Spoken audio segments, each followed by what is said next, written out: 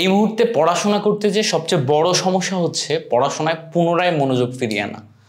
পড়াশোনায় পুনরায় মনোযোগ তুমি কিভাবে ফিরিয়ে আনবা এই নিয়ে অনেক ধরনের প্রশ্ন করতেছো। সো এই টোটাল ভিডিও জুড়ে তোমাদের সাথে আমি কিছু প্র্যাকটিক্যাল কথাবার্তা বলার চেষ্টা করব, যেগুলোর মাধ্যমে তুমি পুনরায় আবার পড়াশোনাতে মনোযোগী হয়ে উঠতে পারবা। তার আগে একটা কঠিন সত্য কথা বলি, সেটা হচ্ছে যে আমরা বাঙালি হিসেবে কয়েকবার এই কঠিন সময়ের ভিতর দিয়ে গেছি। তার মধ্যে এই 2024 সালে এসে আমরা যখন দ্বিতীয় স্বাধীনতা অর্জন করলাম, এই সময়টা কিন্তু সবচেয়ে কঠিন সময় ছিল। এই সময় আমরা প্রায় 1.5 থেকে 2,000 মানুষজন জীবন দিছি একটা দ্বিতীয় স্বাধীনতার জন্য। মোটামুটি একজন স্বৈরাচারী শাসক গণহত্যা করছে আমাদের উপরে, উপর থেকে, আকাশ থেকে, এদিক থেকে সেদিক থেকে এলোপাতাড়ি গুলি চালিয়ে যেখানে সেখানে মানুষ মারছে। সো এর থেকে কঠিন সময় আমার মনে হয় না হতে পারে। সো তুমি এত কঠিন সময়ে যদি মানসিকভাবে সার্ভাইভ করতে পারো, তাহলে এই জায়গা থেকে তুমি যদি মনকে একটু শক্ত করো, এই জায়গা থেকে বেরো হতে পারবা। এইটুকু ভরসা বিশ্বাস নিজের উপরে জাস্ট রাখো। এখন নিজের উপরে যদি তুমি এইটুকু ভরসা বা বিশ্বাস অর্জন করো, অর্জন করার পরে ঠিক কি কি স্টেপ ফলো করলে তুমি আবার পড়াশোনায় পূর্ণ মনোযোগী হতে পারবা এবং পড়াশোনায় কামব্যাক করে নিজের সিলেবাস যেগুলো আছে সামনে সেগুলো কমপ্লিট করে ফেলতে পারবা, সেগুলো নিয়ে স্টেপ বাই স্টেপ আমি এই ভিডিওতে কথা বলবো। তো চলো আমি কিছু পয়েন্ট তোমাদের জন্য এখানে দিব, যেগুলো একটু বোঝার চেষ্টা করবা। প্রথম যে ব্যাপারটা তোমাকে মনে রাখতে হবে যে পড়াশোনায় পূর্ণ মনোযোগের জন্য তোমাকে এখন পড়াশোনা করতে গেলে গোল সেট করে পড়াশোনা করতে হবে। So set goals. এই পয়েন্টটা দ্বারা কি বোঝাচ্ছি দেখো, তুমি যদি জাস্ট পড়াশোনা করার জন্য বসে যাও আর পড়তে বসো, তুমি 10 মিনিট 15 মিনিট 20 মিনিট পড়ার পরেই দেখবা যে তুমি আর পড়াশোনায় নাই, আবারও তুমি মোবাইলে ব্যাক চলে গেছো এবং মোবাইলে ব্যাক যাওয়ার পরে তুমি এলোমেলোভাবে বিভিন্ন জিনিসপত্র ঘোটাঘুটি করতেছো। তুমি ইউটিউবে আসো, ইউটিউবে যে তুমি একটা ভিডিও দেখলা, সেখানে দেখলা যে শেখ হাসিনা তার ছেলে সজীব জয় কি স্টেটমেন্ট দিছে, তারপরে সেই স্টেটমেন্ট থেকে তুমি দেখলা যে বর্তমানে এন্ট্রিম গভর্নমেন্ট যেটা আছে সেখান থেকে কি স্টেটমেন্ট আসছে, এরপরে তুমি দেখলা যে ভারতে কি হচ্ছে, এরপরে তুমি দেখলা যে অমুক পিনাকি ভট্টাচার্য কি বলছে। সো একটা ভিডিও থেকে আরেকটা ভিডিও থেকে আরেকটা ভিডিও থেকে আরেকটা ভিডিও তুমি লুপে চলতে থাকবা। সো তোমার একটা ফোকাস কোনো দিকে নাই, তুমি তোমার সময়টাকে কিভাবে অপচয় করতেছো কোনো ঠিকঠাক নাই। এবং আমাদের তো একটা ব্রেন আছে, এই ব্রেনের একটা ক্যাপাসিটি আছে, ধরে নিলাম এইটা হচ্ছে আমাদের ব্রেন এবং এই ব্রেনের ক্যাপাসিটি হচ্ছে এইটুকু। সো তুমি একটা প্রতিদিন নির্দিষ্ট পরিমাণে ইনফরমেশন তোমার মাথার ভিতরে কালেক্ট করতে পারো।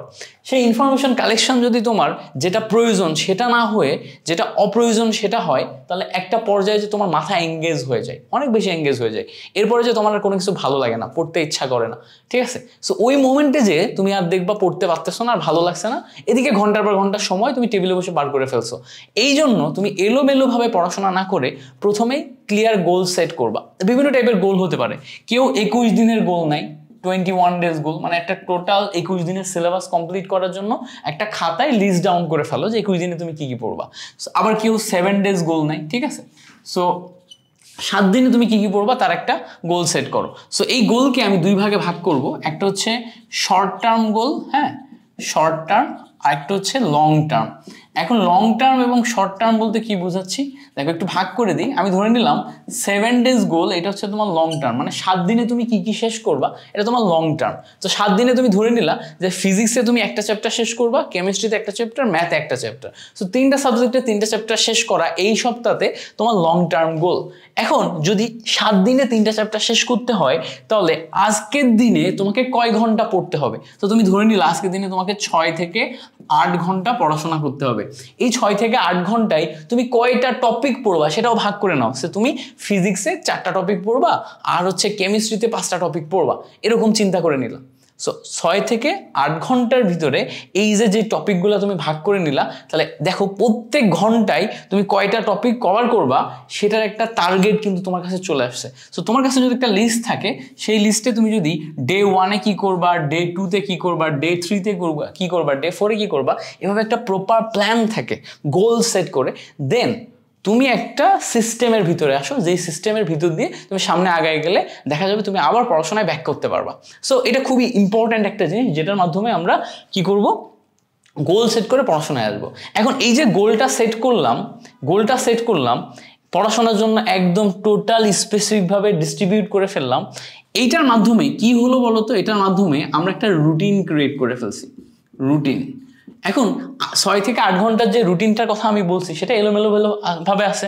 আরও স্পেসিফিকভাবে তুমি যদি স্পেসিফিকভাবে ডিস্ট্রিবিউট করো যে আমি সকালে ঘুম থেকে উঠবো সকাল 8টার সময়, ঘুম থেকে উঠে আমি 9টা থেকে পড়তে বসবো এবং 9টা থেকে 12টা পর্যন্ত সকালে আমি 3 ঘন্টা পড়বো, বিকালে আমি পড়াশোনা করব না, সন্ধ্যায় যদি আমি মাগরিবের পরে পড়তে বসি মাগরিবের পর থেকে একদম রাত 1টা পর্যন্ত আমি টানা পড়বো, মাঝখানে শুধু খাইতে একবার উঠবো।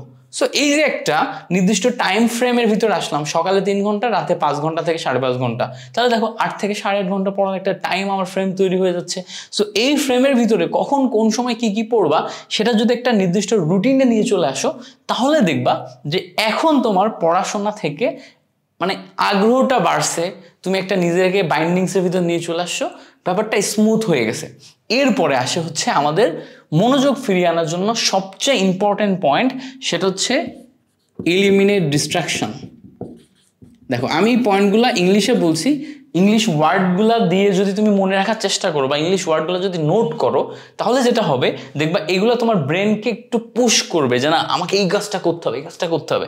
সো এলিমিনেট ডিস্ট্রাকশন, যে সমস্ত ডিস্ট্রাকশনগুলো আছে সেগুলো এলিমিনেট করো। কি কি ডিস্ট্রাকশন আছে এই মোমেন্টে? তোমার সবচেয়ে বড় ডিস্ট্রাকশন হচ্ছে social media, YouTube, Facebook, news, হ্যাঁ, এবং দেশের আর্থসামাজিক এবং রাজনৈতিক অবস্থা। এইটা হচ্ছে তোমার পড়াশোনার জন্য সবচেয়ে বড় ডিস্ট্রাকশন। এই জায়গাতে তুমি যদি নিজেকে কন্ট্রোলে না নিয়ে আনতে পারো তাহলে কখনোই তুমি পড়াশোনাতে পূর্ণ ফোকাস করতে পারবে না। সো এলিমিনেট ডিস্ট্রাকশনের জন্য এবং ফোকাস ধরে রাখার জন্য বেশ কিছু টেকনিক আছে, তার ভিতরে ডিস্ট্রাকশনের জন্য কয়েকটা টেকনিক আমি বলি। দেখো প্রথম টেকনিক হচ্ছে তুমি যখন পড়তে বসবা তখন চেষ্টা করবা যে সব ডিজিটাল ডিভাইসগুলো তোমার কাছে যেন না থাকে। যেমন মোবাইল ফোনটা তুমি তোমার পাশের রুমে ট্র্যাঙ্কের ভিতরে তালা মেলে চলে আসতে পারো বা তোমার আম্মুর কাছে রেখে আসতে পারো, যে কোনো এক জায়গায় রেখে আসতে পারো যেখানে তোমার হাতের নাগালে নাই। সো তুমি মোবাইল ফোনটা তোমার টেবিলে যদি না রাখো, না রেখে অন্য রুমে রেখে পড়াশোনা করো তাহলে দেখবা যে ডিস্ট্রাকশন কিছুটা কমে গেছে। যদি মোবাইল ফোনটা তোমার মাস্ট লাগে, কাছে রাখতেই হয়, কোনো ইম্পর্টেন্ট ফোন আসে বা কিছু একটা হয়, তাহলে তোমার মোবাইল ফোনে যে লকটা আছে লকটা প্যাটার্ন থেকে পাসওয়ার্ডে কনভার্ট করো এবং পাসওয়ার্ডটা এত বড় দাও যে প্রত্যেকবার খুলতে গেলে তোমার অনেক কষ্ট হয়। ঠিক আছে, তাহলে দেখবা যে তোমার এই ফোনটা খুলে বারবার দেখা এটা একটু কষ্টসাধ্য হয়ে যাবে, তোমার আর ইচ্ছা করবে না খুলতে। সো এটা একটা ডিস্ট্রাকশন দূর করার উপায়। এছাড়া সোশ্যাল মিডিয়াতে সব কিছু দেখা বন্ধ করে দিতে পারো। বন্ধ করাটা একটু কঠিন, বাট তুমি যদি তীব্র উদ্যমী হও, তুমি যদি নিজেকে একটু ফোর্স করো দেখবা প্রথম একটু কষ্ট হবে, তারপরে ঠিক হয়ে যাবে। ঠিক আছে, সো ডিস্ট্রাকশন এইভাবে এলিমিনেট করা সম্ভব, অনেকভাবেই সম্ভব। এরপরে আরেকটা টেকনিক আছে, সেটা হচ্ছে ফোকাস বাড়ানোর জন্য এবং ডিস্ট্রাকশন কমানোর জন্য একটা টেকনিক আছে। এই টেকনিকটাকে বলা হচ্ছে পোমোডোরো টেকনিক। ঠিক আছে, এই পোমোডোরো টেকনিক মানে হচ্ছে তুমি কি করবা 25 মিনিট টার্গেট নিবা, ঘড়ি ধরে একটা স্টপ ওয়াচ রাখবা, স্টপ ওয়াচ রেখে বা কিছু একটা টাইম ক্যালকুলেটের জন্য কাছে রেখে 25 মিনিট তুমি টানা পড়বা, কিচ্ছু করবা না, অন্য কোনো দিকে কোনো মনোযোগ নাই, টানা 25 মিনিট পড়বা একদম ঘড়ি ধরে 25 মিনিট ফোকাস করে কোন একটা টপিক, কোন একটা চ্যাপ্টার, কোন একটা ওয়ার্ড বা কিছু একটা বোঝার জন্য টানা 25 মিনিট পড়বা। এরপরে তুমি 5 মিনিট ব্রেক দিবা, 5 মিনিট ব্রেক দিয়ে তারপর আবার নতুন করে শুরু করে আবার 25 মিনিট পড়বা। এভাবে ব্রেক দিয়ে দিয়ে যদি পড়ো 10 minute 5 minute 10 minute 10 minute 5 minute 10 minute 25 minute 5 minute 25 minute বা 30 মিনিট 10 মিনিট 30 মিনিট, এভাবে তোমার মতো করে একটা নির্দিষ্ট টার্গেট নিয়ে নিয়ে ব্রেক দিয়ে দিয়ে তুমি যদি পড়ো তাহলে দেখবা যে তোমার ডিস্ট্রাকশন আগে থেকে কমে গেছে। তুমি ছোট ছোট টার্গেট নিছো, টার্গেট ফিল করছো, আবার ছোট টার্গেট নিছো, টার্গেট ফিল করছো, এভাবে বারবার তুমি সামনে এগিয়ে যাচ্ছ। So this could B a very effective technique তোমার মনোযোগ ফিরিয়ে পড়াশোনায় আবার ব্যাক করার জন্য। সো এটা একটা জিনিস গেল। এরপরে পড়তে যেয়ে দেখবা যে তুমি যেহেতু তোমার এখন মনোযোগ নাই, মাথা কাজ করতেছে না আগের মতো, বেশ ডিস্ট্রাকশন বেশি, সো নতুন কোনো একটা টপিক বুঝতে গেলে ব্রেনে অনেক বেশি প্রেশার আসছে। আমার নিজের সাথেও এরকম হচ্ছে। সো আমার যেহেতু নিজের সাথে এরকম হচ্ছে, আমি কি করতেছি যে আমার এখন যেই কাজগুলো আছে এই কাজগুলোর ভিতরে তুলনামূলক সহজ যেই কাজগুলো আছে সেগুলোকে আমি বাছাই করে লিস্টে উপরে নিয়ে আসছি, মানে সহজ কাজগুলো আগে আগে করছি। ঠিক আছে, সো তুমি এখন কি করবা, পড়তে যে সবচেয়ে সহজ পড়াশোনা যেগুলো আছে ওগুলা দিয়ে শুরু করো, অল্প অল্প করে ওগুলা পড়ো, তারপরে প্রায়োরিটাইজ করে পরেগুলো পড়ো, তারপরে প্রায়োরিটাইজ করে পরেগুলো পড়ো, এভাবে সামনে আগাও, তাহলে দেখবা যে জিনিসটা ইজি হয়ে যাবে। এখন তোমাদের ক্ষেত্রে আরেকটা গুড টেকনিক হইতে পারে যে তুমি পড়তে যে এ যাবৎকালীন দেখবা যে অনেক নোটস তৈরি করে রাখছো বা অনেক চ্যাপ্টার আগে থেকে পড়ে রাখছো। ঠিক আছে, সো পড়া আছে এবং নোটস তৈরি আছে এরকম টাইপের চ্যাপ্টার তুমি যদি রিভিশন দাও বা রিভিউ করো, ঠিক আছে, রিভিশন দাও বা রিভিউ করো, this could B a very good option. ঠিক আছে, রিভিশন দাও বা রিভিউ করো, তাহলে this could B a very good option. কেন? কারণ যখন তোমার ব্রেন কাজ করতেছে না তখন পূর্বের নোটস যখন তুমি পড়বা এটা তোমাকে অনেক বেশি হেল্প করবে পড়াশোনাতে ফোকাস করার জন্য। আবার দেখবা যে আমাদের দেখা যাচ্ছে যে একটা নোটের ভিতরে 2টা চ্যাপ্টার পড়া আছে, 2টা চ্যাপ্টার একটা নোটের ভিতর পড়া আছে। সো ওই 2টা চ্যাপ্টার আমি যদি এখন নোটটা পাতা উল্টায় রিভিশন দিই, তো একবার রিভিশন দেওয়ার পরে আমার ভিতরে একটা কনফিডেন্স আসবে যে না আমি তো এই 2টা চ্যাপ্টার পারি, এই নোটসগুলো তো আমার আছে। তখন যেই সুবিধাটা হবে তোমার ভিতরে একটা কনফিডেন্স আসবে না আমি এতটুকু পারি, এরপর একটা নতুন কিছু শিখি। তো তুমি যখন রিভিশন দিবা, নোটসগুলো পড়বা, তখন তুমি কতটা পারো, তোমার নলেজের ডেপথ সম্পর্কে তোমার একটা আইডিয়া আসবে। এটা তোমাকে ফার্দার আরও বেশি মনোযোগ দিতে হেল্প করবে। So this could B a very good option. এরপরে আরেকটা টেকনিক যেটা আমি এই ধরনের সিচুয়েশনে সবচেয়ে বেশি ফলো করি সেটা হচ্ছে ইন্সপিরেশনাল স্পিচ। দেখবা ইউটিউবে বিভিন্ন টাইপের ইন্সপিরেশনাল স্পিচ আছে। যেমন দেখো এখন আমাদের বাংলাদেশের সবচেয়ে হট পার্সোনালিটি হচ্ছে কে বলতো? ডক্টর ইউনূস। সো ডক্টর ইউনূসকে আমরা এখন চিনতেছি, কিন্তু ডক্টর ইউনূসের দেখবা ইউটিউবে হিউজ পরিমাণে মোটিভেশনাল ইন্সপিরেশনাল স্পিচ আছে। ইন্টারন্যাশনালি বাংলাদেশ থেকে ইন্টারন্যাশনাল লেভেলে মোটিভেশনাল স্পিচ দিচ্ছে এরকম যদি একজন স্পিকার খুঁজো সেটা কিন্তু ডক্টর ইউনূস। ঠিক আছে, আমি যেমন বিভিন্ন মানুষের স্পিচ শুনছি, আমি যেমন হচ্ছে আব্রাহাম লিঙ্কনের শুনছি, আমি হচ্ছে তোমার জন রিমের মোটিভেশনাল স্পিচ শুনি, আমি এরকম হচ্ছে বারাক ওবামা, তারপর হচ্ছে জ্যাক মা, তারপরে বিল গেটস, এনাদের অনেক স্পিচ যেগুলো এরা বিখ্যাত স্পিচ দিছে, এগুলো আমি প্রচুর পরিমাণে শুনছি। ইলন মাস্কের স্পিচগুলো আমি তেমন একটা বুঝি না, ওনার থটস প্রসেসও আমি বুঝতে পারি না, বাট ওটা শোনার চেষ্টা করি না। কিন্তু বিখ্যাত মানুষজন যারা আছে যাদের স্পিচগুলো অনেক চমৎকার, তাদের স্পিচগুলো শোনার চেষ্টা করছি। এই স্পিচগুলো শুনে, এই স্পিচগুলো বোঝার ফলে যেটা হয় যে নিজের ভিতরে কিছু একটা করার আগ্রহ বাড়ে। এই যে করার আগ্রহ, এই জায়গা থেকে আমরা আস্তে আস্তে দেখা যায় যে আরো বেটার কিছু করার চেষ্টা করি। যেমন ইন্সপিরেশনাল স্পিচের ভিতরে ভারতের বিখ্যাত ইন্সপিরেশনাল স্পিকার যারা আছে, যেমন হচ্ছে যে ডক্টর বিকাশ দিব্যকীর্তি, ওনার স্পিচগুলো শুনলে পড়াশোনার প্রতি আগ্রহ জন্মায়। তারপরে সন্দীপ মাহেশ্বরীর আগের ভিডিওগুলো দেখলে লাইফ সম্পর্কে, পড়াশোনা সম্পর্কে, পার্সোনাল ডেভেলপমেন্ট সম্পর্কে একটা ভালো আইডিয়া আসে।